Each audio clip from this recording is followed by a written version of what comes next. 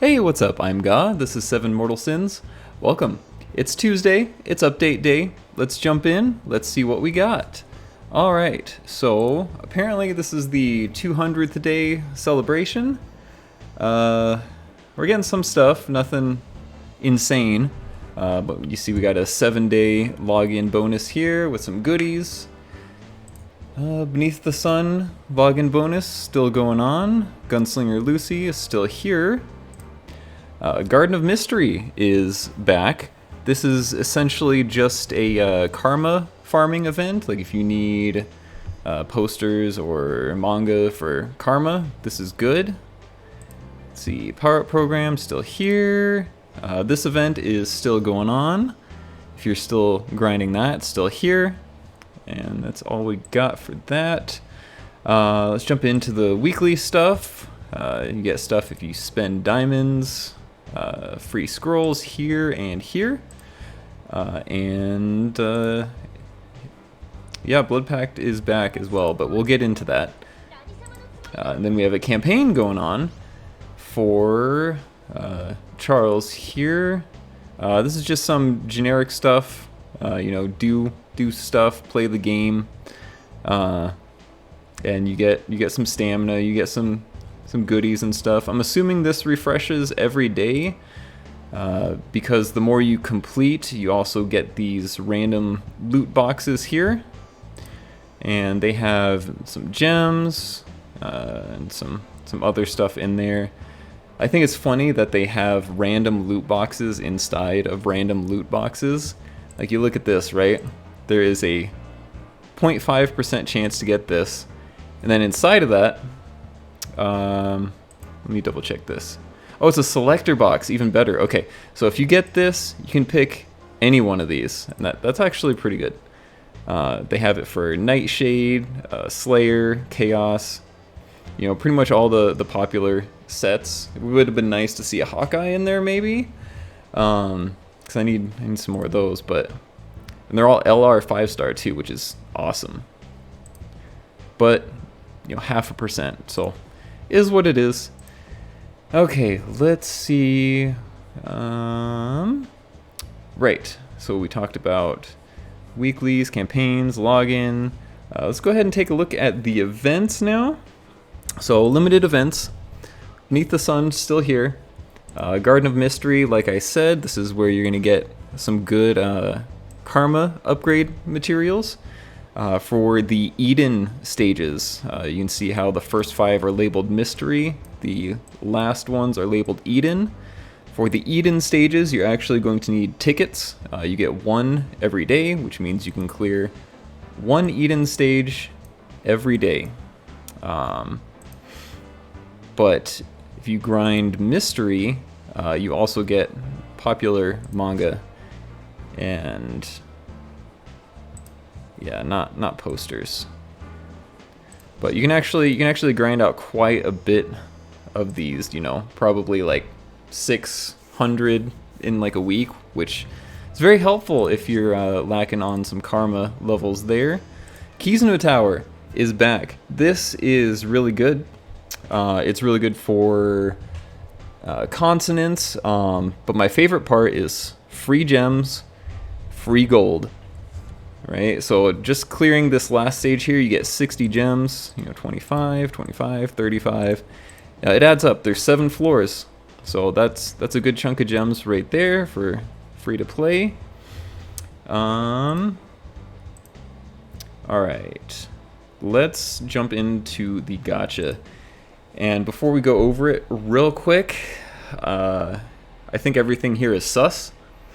I always like to err on the side of caution, especially when it comes to gacha games. So just right now I'm going to say everything is bait, and I'll explain to you guys why I think that. So we got another step up program, and I think the last step up we had was green, right before Gunslinger Lucy dropped, or soon before Gunslinger Lucy dropped. So this makes me think they have some Powerhouse Red unit coming out soon, maybe Panagia. And keep in mind that the soul mirrors for these characters aren't here either. This is mainly for those people that are missing like a dupe or something that they need to get their character to max. And the biggest reason, this is a bait banner, right? So it forces you to summon to get up to this 5% here. But even this 5% is going to be split between every single one of these characters. Like if you go down, that 5% split across the board between 1, 2, 3, 4, 5, 6, 7, 8, 9. Split 9 ways. So even at 5%, you better be okay with getting any one of these characters. Trying to snipe any character on this banner is going to be incredibly difficult unless you're able to go to pity. Let me see if this banner even has... No. This banner doesn't have pity at all. There's no pity shop for the step up. So 100%, 110% bait. Save your gems unless you want any one of these red characters. Like if you're okay with getting any single red character, maybe personally I'm going to be holding my gems. I'm going to skip the Contract of Blood for now because that is the main thing I want to talk about. I got a lot to talk about when it comes to the Blood Pact banners. So let's just go ahead and scroll down here. So you see Gunslinger Lucy is still here. If you haven't got her yet, you still have a chance. And then we have Charles, Midnight Thief Charles, or Bunny Phantom, as it's called. All right, so Charles is an Awaker. As you can see here, we have Bunny and OG here. Not the best characters. They are Awakers. Bunny Charles is very hyper-focused as a unit. She is primarily a blue support character. Like she's really gonna buff up your blue. So let's go over her kit real quick. All right, so Crime Notice. After attacking, she increases move gauge of 2 agility allies by 15% within her first 3 turns. Like I said, she's focused on buffing up your blues. Like this is really nice. When battle starts, fracture on strength enemies, reducing their attack. After being defeated, she increases the attack of your allies and gives them regen. And then her support effect, all of her allies gain stun immunity and increases agility allies attack by 15% for 3 turns. So just based off of her skill 4 or her passive ability, she's like hyper focused on supporting blues and countering reds. So Moon Rhapsody deals percentage based off of her attack as damage, inflicts charm on 3 strength type enemies. Then that just explains charm. Kind of low for an ult. These are Awaker numbers. Let's see. So she hits twice, inflicts crackdown.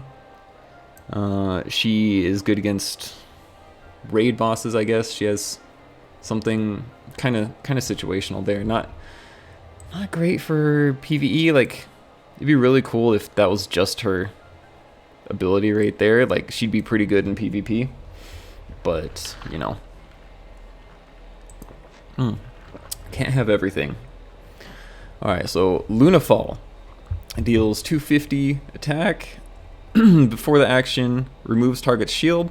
After action, grants all allies speed up. So, I mean, this is nice. This is like the only generic part of her kit. But this is something she's going to be using last on auto battle. Because auto battle always prioritizes ult if it's available, then power attack, then auto. So it's going to be a little slow for her to use this unless you're doing manual and you just hit this immediately.